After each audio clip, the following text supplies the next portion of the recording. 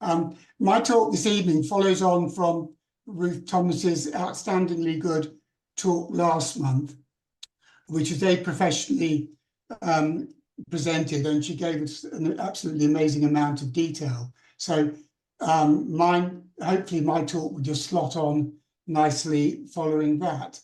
So I'm just going to move on to the next slide, which shows the area of Northampton that I'm going to be talking about, which is the county council owned property, about a 2-acre site bordered by George Row, Guildhall Row and Angel Street, which you can see the approximate location on this plan. And I've just taken this picture from Google Earth, which is amazing. And if my cursor works, can you see my cursor moving on your screen? Yes, we can.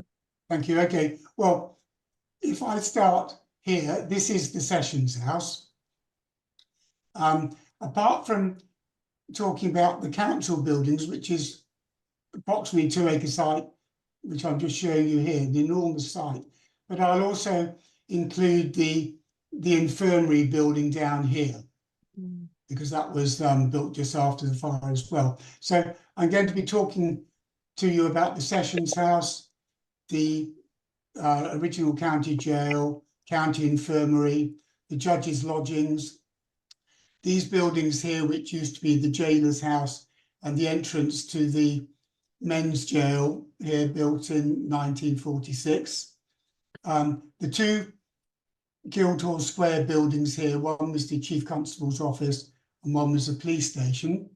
And then we go down here to the Guildhall Road office buildings, which were built much later, along Angel Street, which used to be called Angel Lane, to the police station along here, which was built in 1901. So without further ado, I shall go back a couple of centuries. And on this Marcus Pearce map of 1632, it shows the George Row frontage that we'll be talking about, where the location where the Sessions House and these other buildings were erected. And the interesting thing about this is that we've got a report by the Alderman Frank Lee, who wrote a history of Northampton. He wrote it in 1715, but he referred to the writings of Roger Higham, the mayor of the town, in 1606, so shortly before this map. And the mayor reported that, in fact, the mayor, Roger Higham, he kept the Bell Inn, which stood on this site. And his description was, upon ye entrance was a large pair of gates into a large yard, and upon ye entrance into ye inn on ye left-hand side, a very large and stately hall, open to ye top, after ye manner of noblemen's halls, and painted on ye walls. But after this time, turned into tenements for ordinary sort of people, and old Peter Dunkley the wheelwright made use of ye great hall to work in and pile up timber. So my question is, where is it? Because I think this map here is very, very approximate, and I don't think it was really particularly like that. And somewhere in here, there was a great big hall. But I'll move on to the next slide, which shows what happens to it shortly afterwards, because in this John Speed map of 1610 here, we see roughly what Northampton looked like before the Great Fire. And this picture here shows what it was like. Whoops, sorry. I'm just trying to remove the taskbar, which now I've found it, I can't get rid of it again. So I can't read my writing at the bottom, for which I apologise. But this picture on the right shows the approximate area of Northampton which was destroyed by the fire. And in Ruth's talk, she showed the Peter Newcomb painting of the fire of Northampton, the devastating flames. What it didn't really show was that there was a very strong southwesterly wind blowing that day. So the conflagration just took out basically the whole of the town, including the area we're about to talk about. And Ruth explained that Northampton Castle here was in a very ruinous state by then, particularly after the 1660s when Charles II ascended to the throne and had what was left of the castle and the town walls demolished, because Northampton supported the parliamentarians in the Civil War. But what happened when the assize court eventually could take place no longer in the castle, it was moved up into a temporary structure in the market square. So in April 1672, a shed or temporary timber building was put up in the market square close to the 16th century market cross as an assize and sessions house for the county. Both these inevitably were lost in the fire of 1675. By then, the magistrates were seriously considering building a permanent replacement for the assize courts, and they had two sites in mind.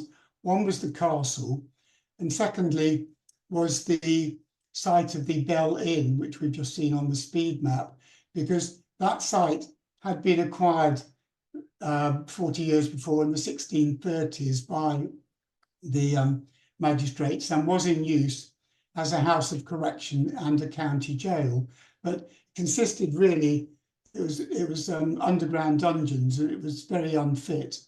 And in the 1660s, a lot of Quakers had perished from the terrible conditions in the dungeons. So there was great pressure on the magistrates to provide a better accommodation for the assize.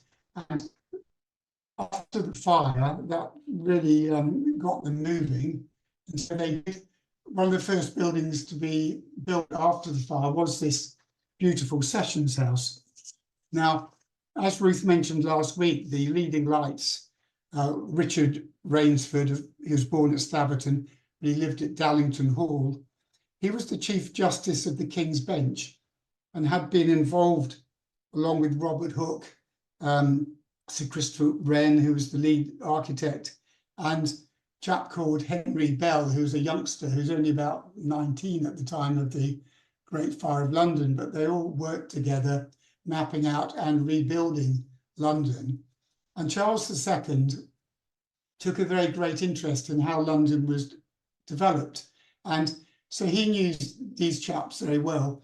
Charles II was 45 by then. He'd spent 9 years traveling the continent before he could come back and take the monarchy here again. And he took an interest in what happened in Northampton, as we heard last time. And money was tight in those days, as indeed it always seems to be, anything to do with towns and local authorities. And Charles II, he didn't have any money himself. And I just read a book that said he personally was £1 million in debt in 1675, the time of the Great Fire. But he nevertheless allowed the town to have 1,000 tons of timber from the royal forests of Salsey and Whittlewood. And he also postponed the chimney tax or the hearth tax on Northampton for 7 years, which was a tax brought in by Parliament in 1662 to help the royal finances. But he probably didn't lose a lot initially in Northampton because there weren't many chimneys left, of course.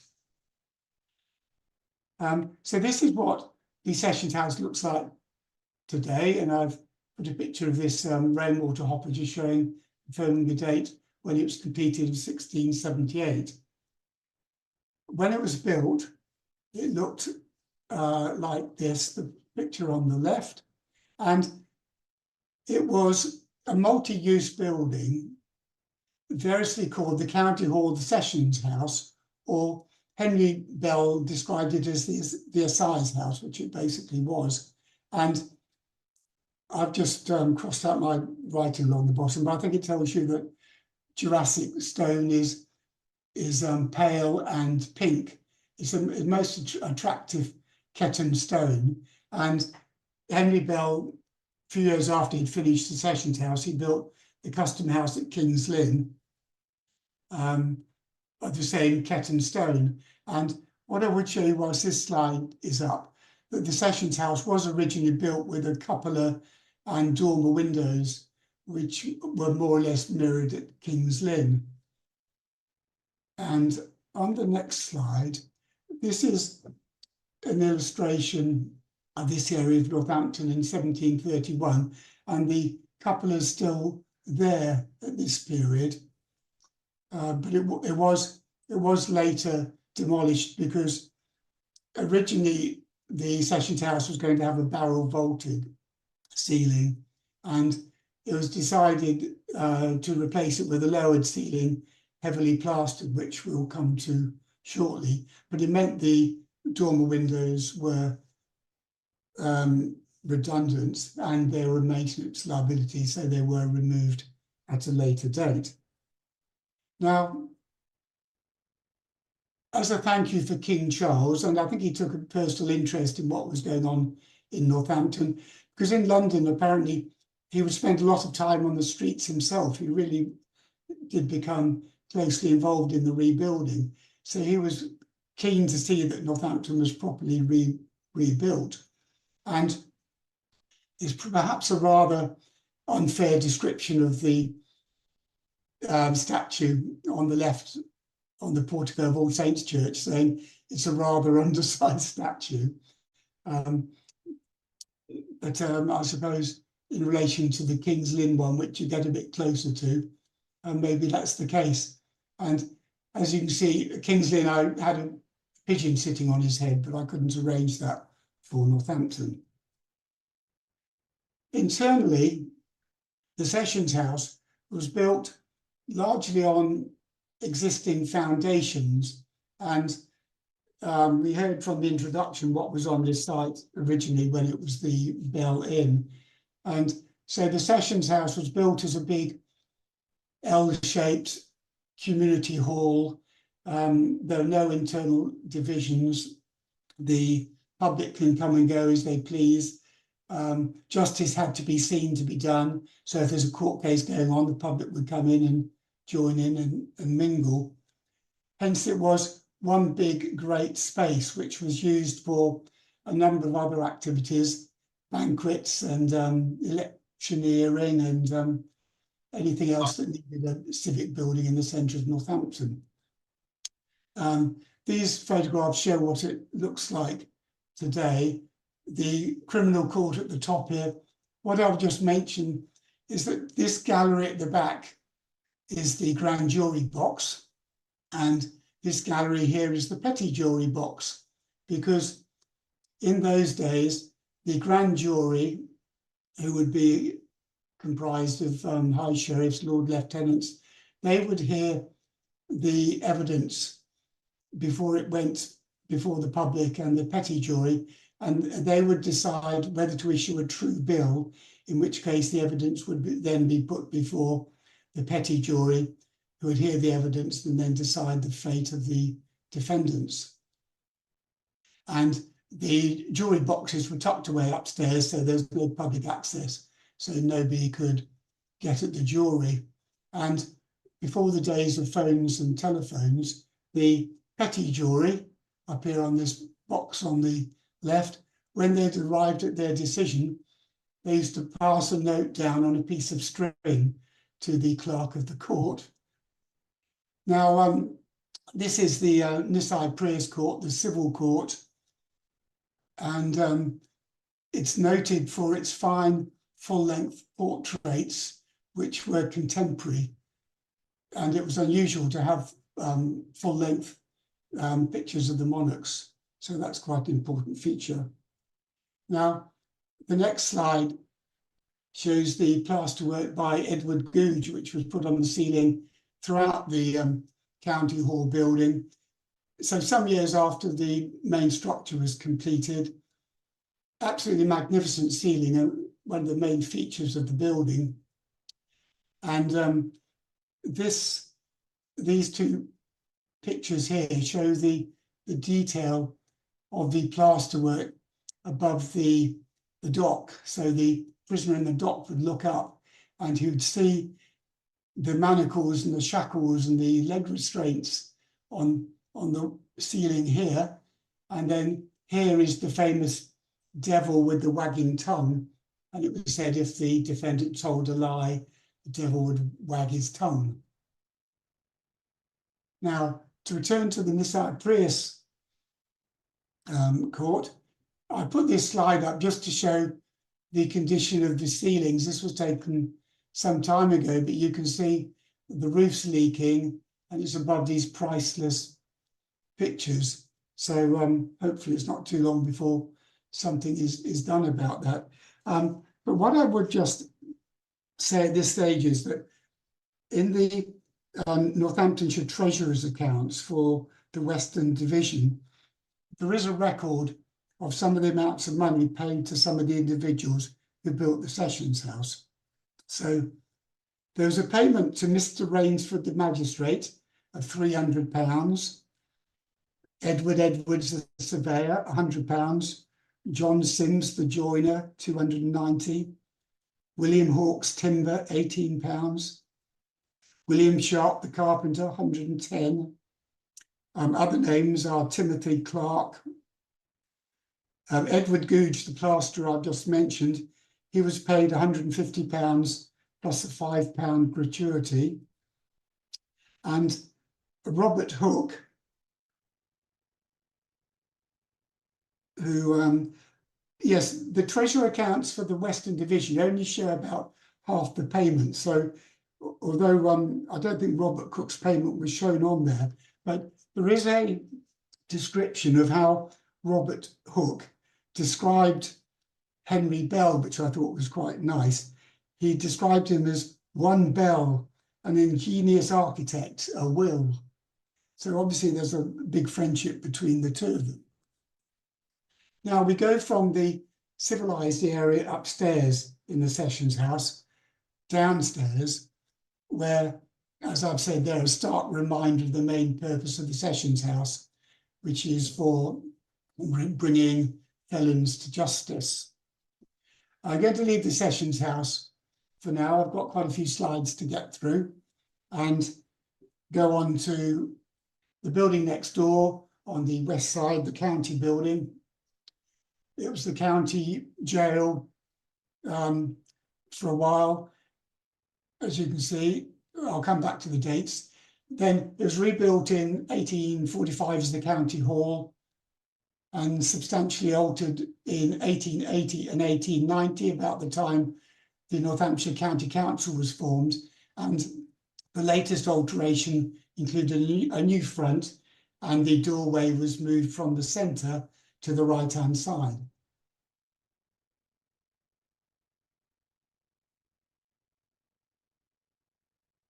This is how it looked originally when it was built as a townhouse for Sir William Hazelwood of Madewell Hall.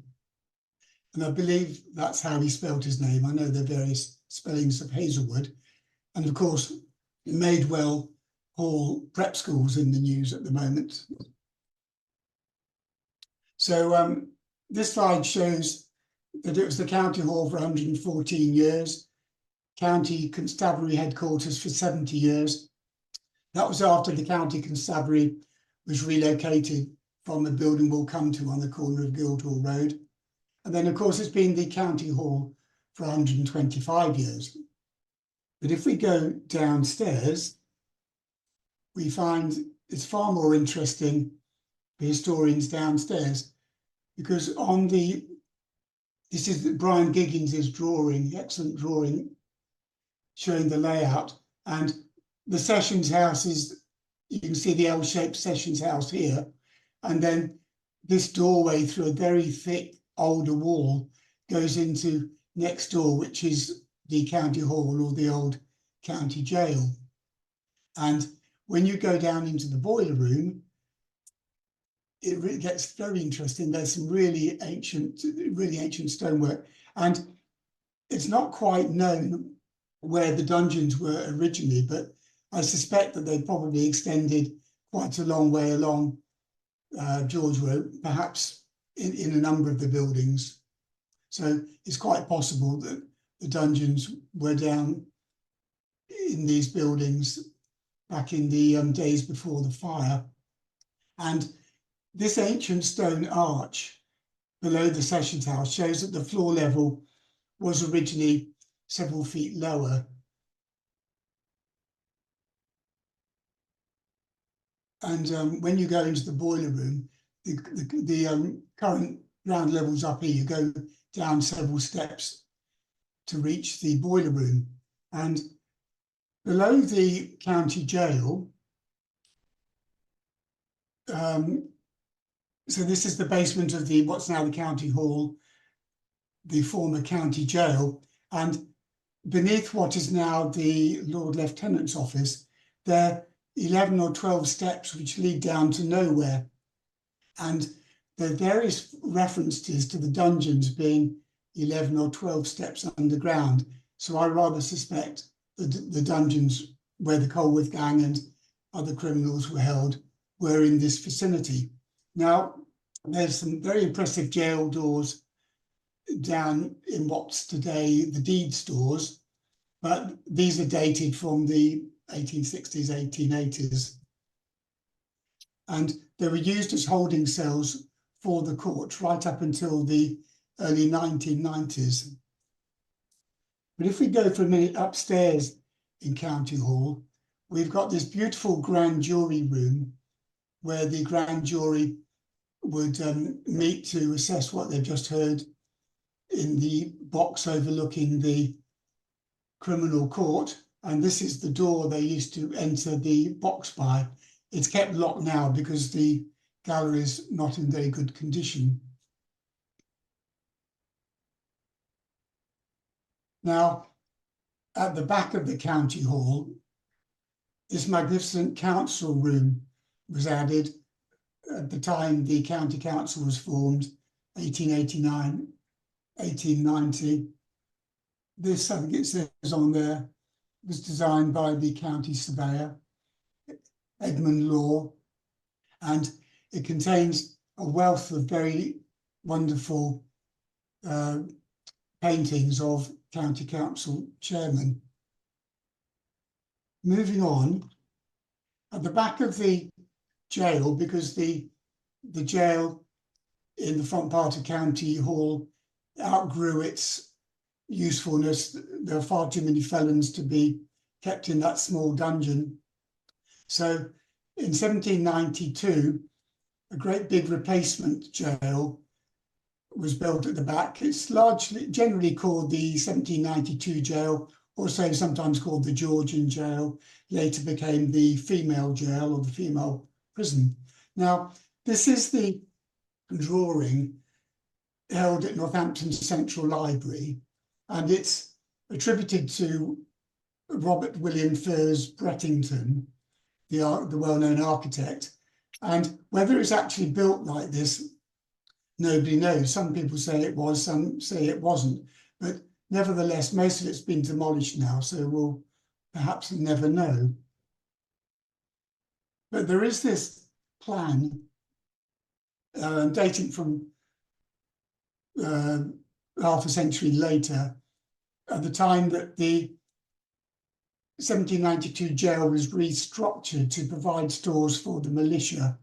And that was the time that the men's jail had just been completed the year before, 1846. So this became the female jail and the militia stores. And what I will just show you briefly on here is that the debtors' prison, that writing there says the debtors' prison, because the female jail and the debtors' prison. The debtors were people who were generally in prison until they could afford to pay off their debts.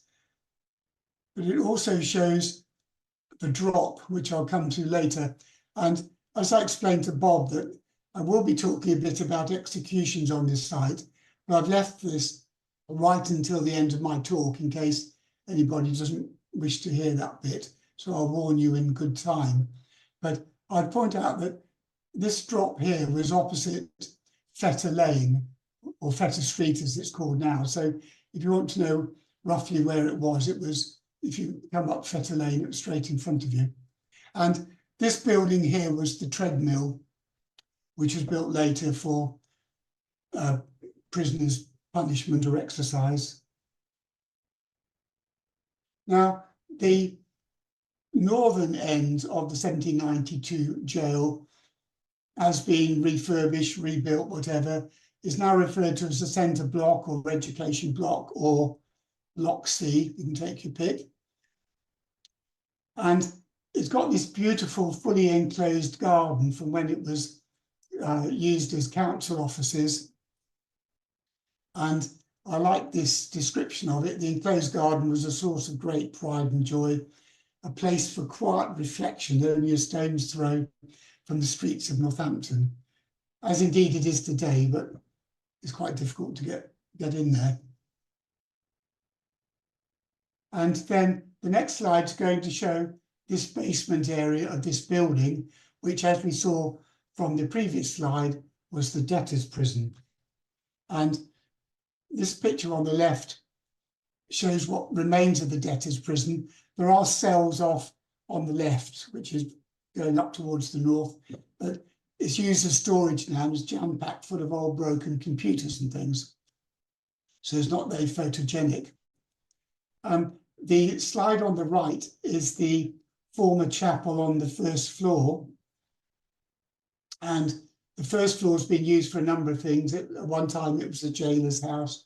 It's always had a chapel because there are references to the difficulty felons had with shackles climbing up the stairs to get to the chapel. And unfortunately, the building is being neglected now, and you can see the roof's leaking. And I took this photograph in January 2023, but nobody's allowed up there now because it's becoming a bit unsafe. Now, this is another photograph of the enclosed garden, which shows the walkway one of the walkways connecting the county buildings so you didn't get wet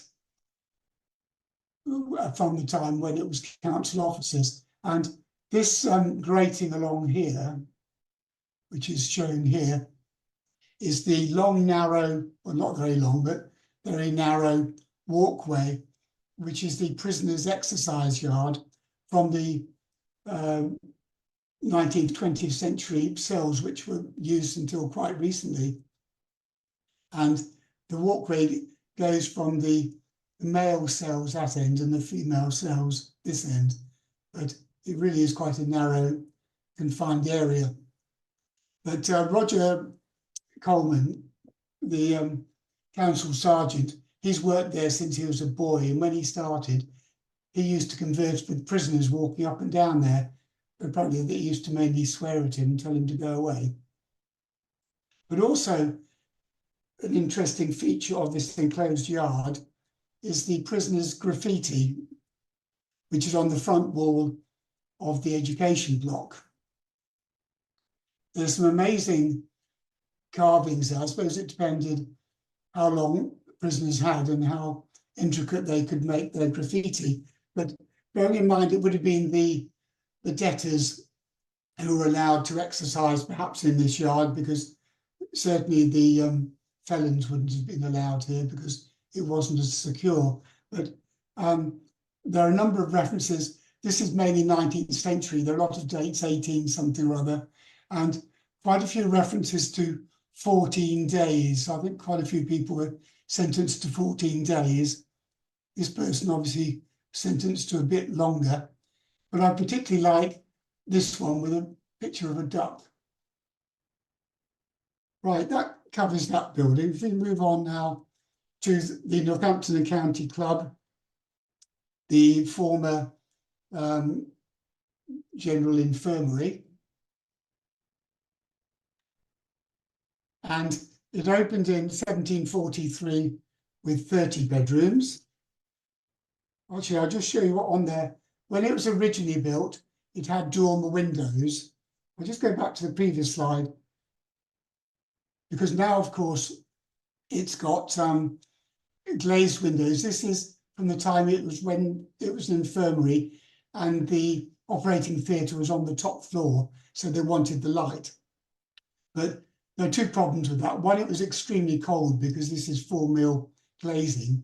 And secondly, it's right opposite the 10 bells of All Saints Church, so it was very noisy. So it was extended twice. In 1753, it extended to 60 bedrooms, and again in 1782, it was extended, and then it was closed in 1793 when the infirmary moved up to its present location, Billing Road and York Road. And above that window there, it's got this inscription on the lintel, the date of 1753. And there is public access to this beautiful building and the beautiful gardens today. George's Tea Room is open to the public 6 days a week. And now then, going downstairs again. So the early life of this building remains something of a mystery. Brian Giggins, when he was examining all these subterranean areas, produced this plan of the crypt below the county club. And interestingly, he shows an aumbrey suggesting religious use. And there's no proof of that other than people like Pevsner. In his book, he says that the crypts has almost certainly had numerous uses over the years, and they'll be both religious and secular. And in medieval times, there were 16 stipendiary priests attached to All Hallows or All Saints Church, and they must all have had their own chapels. So who knows, maybe some of them were down there. Or indeed, there are a number of monasteries in Northampton, so perhaps there's a possible monastery or friary connection. But when the building was being refurbished in fairly recent times, this mid-14th century window was discovered on the rear side elevation. So it's the west elevation, which overlooks the courtyard behind Lloyd's Bank, suggesting that it survived the fire. Well, either that or it was rebuilt from a different location. If you get the opportunity of going down into the crypt below the county club, and it is open on Heritage Open Days, it's got this magnificent vaulted stonework, quite high quality vaulting compared with the crypt below All Saints Church. So I would have said that this is rather too elaborate to have built a crypt like that just to serve the basement below a pub, because in the old days, at some stage, it was the Tabard ale house, and indeed it was called another one as well. So moving on again, I've dealt with the jail and the Sessions House here. Now, in the early days, the defendants used to defend themselves in court, but eventually there were barristers and solicitors increasingly involved. They wanted more accommodation. So the Sessions House was developed. A lot of rooms were built at the back, judges' changing rooms and that sort of thing. Initially, the assize court judges would stay perhaps at a nearby hostelry, perhaps the George Inn at the corner, on the corner of Bridge Street, which was described as more of a palace than a hotel. It was a fabulous place, and the judges perhaps stayed there. But in 1819, the judges said they wanted their own accommodation. So Mr. Stevenson's house here was acquired, which I think it started life as the Claverings family mansion. Later on, increasing demand for county offices, and Mr. Hughes's property was acquired next door. And this was demolished to make way for the new men's jail at the back. and also it provided a residence for the governor of the jail, who at the time was called John Grant. And then shortly afterwards, expansion continued. Mr. Gates's property here was acquired, and this was used for the county police headquarters and a residence for the Chief Constable Henry Goddard. And as you can see, Guildhall Road still wasn't built at that time. So this is the front elevation, the northern elevation of the judges' lodgings, which was acquired for £2,573, including the fixtures. And then the county spent another £1,000 refurbishing it to the judges' requirements. It is indeed a fine building to this day, and again, access is possible on Heritage Open Days or by arrangements with Roger Coleman. And this is the judges' dining room, which is still in use. Obviously, you can't, it's closed when the judge is living there. But I was amused to be told that even today, when a visiting judge is in residence, the staff include council sergeant and judge's lodging manager, that's Roger, also a clerk, a chef, a butler, and Jeannie, the housekeeper, and her assistants. So he's certainly well looked after. Now, when you go in the back garden of the judge's lodging, you can see the original, what's left of part of the original jail wall that enclosed the men's jail. And the picture on the right shows Robert Vaughan down in the basement, opening a door to show it's a big basement below the judge's lodging, as well as below the other buildings. So it's quite possible that some of these areas were used for dungeons, in my view.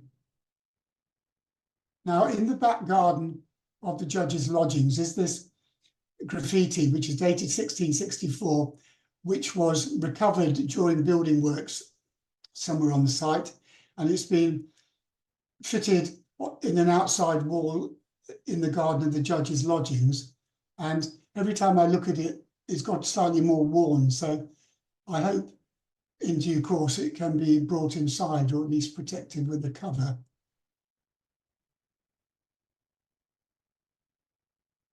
Next, we deal with the buildings which were demolished and rebuilt as the jailer's house and the main entrance to the men's jail.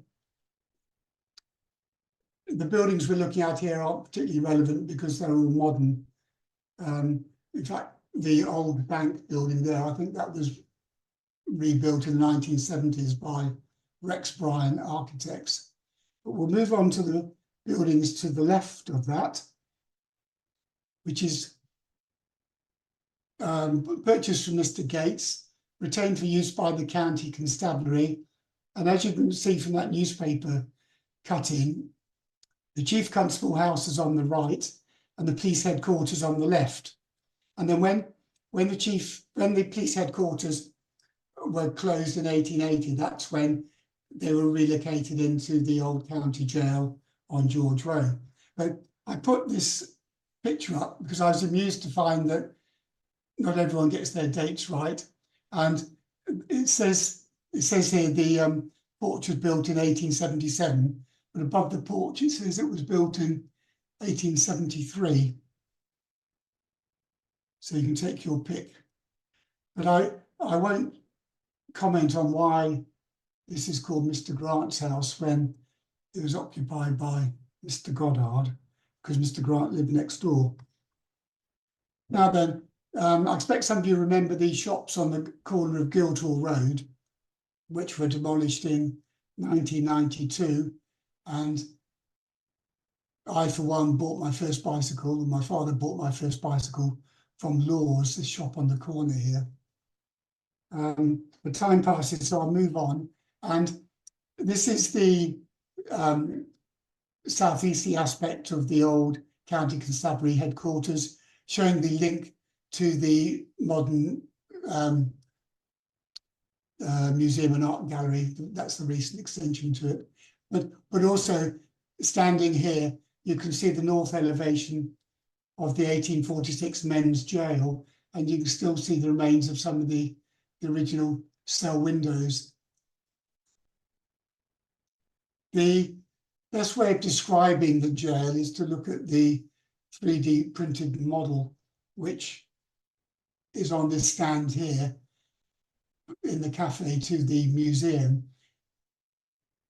But it shows that it's been absolutely beautifully refurbished for use as the museum and art gallery. This L-shaped structure here is the men's jail. So it was designed by Alexander Milne the Elder and had a maximum capacity of 165 prisoners. The other building, and then this building here was added in the 1930s at the front.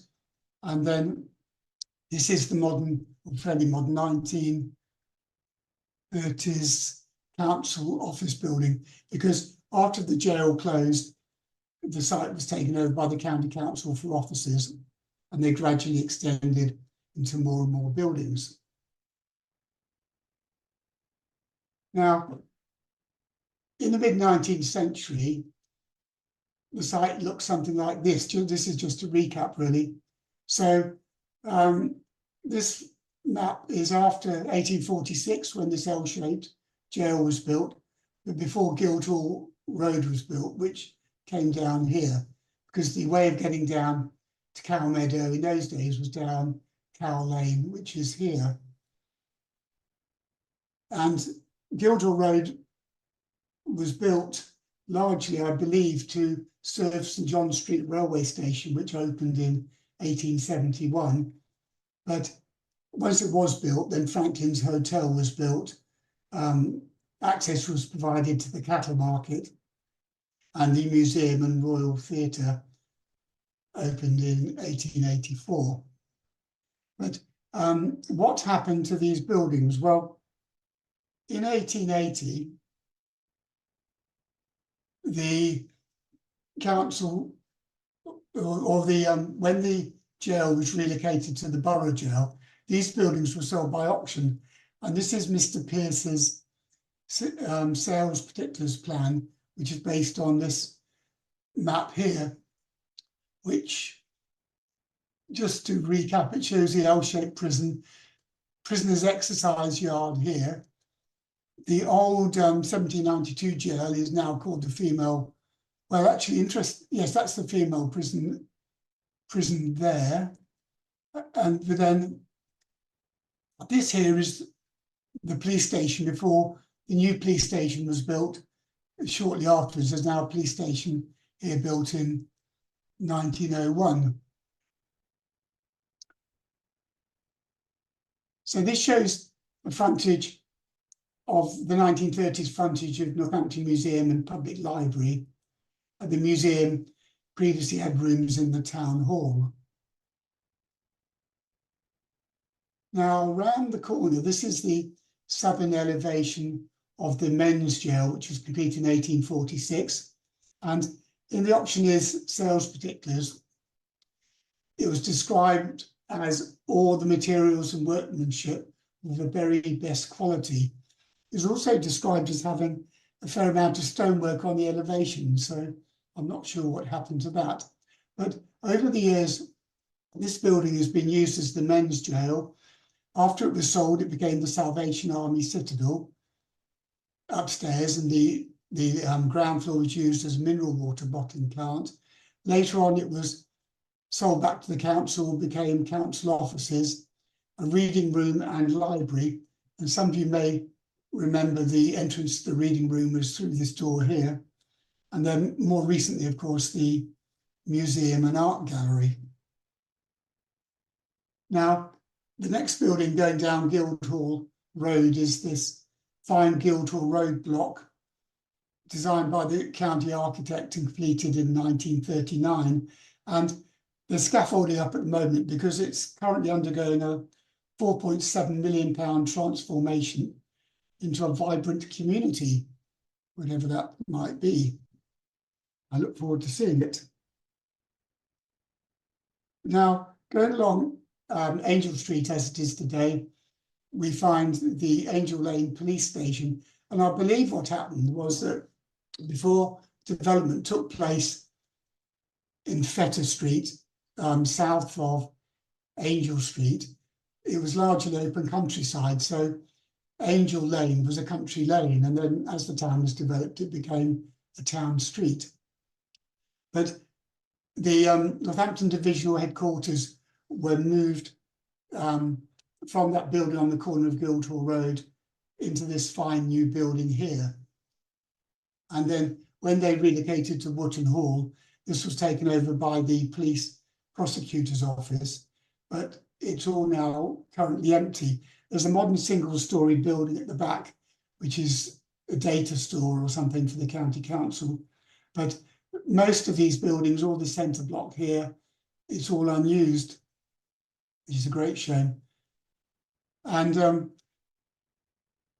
because we're coming to the end of my talk now, so I'll just give you the warning that I'm going to finish off with a quick recap of where the county jails were on this site over the years, and then show you where the places of execution were. So if you don't want to know that, please mute me now. But this location here is directly opposite Fetter Street. So this is about where the drop was when it came from the racecourse, because prior to 1818, the hangings were carried out on the racecourse in Northampton. And then when they became too riotous, crowds of 8,000–10,000 people attending them, they brought them within the confines of the prison walls. So this fascinating site we've discussed tonight, it's got history of Northampton jails over 245 years. So we started off talking about the site of the Bell Inn here, which had been bought by the county around 1634, and it was used as the dungeons until it burnt down in the Great Fire. Then, shortly after the Great Fire, they wanted a new jail. Mr. Hazelwood had built himself this fine country house next door, so the council grabbed that, acquired it from him, turned it into the county jail, where it remained for 114 years. It was extended eventually. There were some individual cells built at the back, but they certainly weren't sufficient. And also with the passing of time, it became increasingly necessary to put male prisoners in individual cells rather than to confine them all together in the dungeon. So this shows individual exercise areas. So 1794, this excellent Georgian jail, as it was called, was built at the back, and that was used for a total of 87 years. And then the fine L-shaped 1846 jail was in fact only used for 33 years, because then the jails in Northampton were combined with the borough jail up in the Mounts. But in this picture, you can see where Guildhall Road was built, and again it shows the exercise yard and the treadmill. Now, the next slide shows the position of the two known gallows sites at Northampton County Jail. There may have been others, but I'm certainly not aware of them, nor am I aware where people who were executed on this site were buried. There is reference of some being buried on the site, but I suspect others would have been, bodies would have been delivered to their families, or maybe buried in St Giles Churchyard. But start at the bottom here. The old drop, which is confusingly called the new drop on some drawings, but that was used between 1818 and 1851. Hangings became increasingly unfavoured as the years passed, so there were only 33 hangings, 20 hangings over 33 years. And then the old drop could still be viewed from Cow Meadow to the south. it was raised up high so that the executions could be seen above the jail wall. And then, oops, I'm not quite ready for that one. And then the new drop was built in 1852, so the executions could be entirely conducted in private. And there were only 2 male hangings in this elaborate execution shed over a period of 22 years. And you can see the judge's lodgings here. So the judge could come down through his garden, down his steps, and then the execution shed was right outside his back door. And this is what it looks like today. This is the door at the back of the judge's lodgings. So you could go down these steps. And then there's steps up here from, this is the condemned cell at the northern corner of the men's jail. They will be brought up through this door here, up these steps here, and you see where the platform was for the execution shed. So I'm sorry to end on a gruesome note, but that brings my talk to a conclusion. When I was doing my research, I met Keith Offer-Jones, who worked at the county, well, at this property for many, many years. And in his spare time during his lunch break, he used to sketch the buildings as they were, and he kindly let me use some of his illustrations. So, Bob, I think that's me done. So I'll be pleased to take any questions.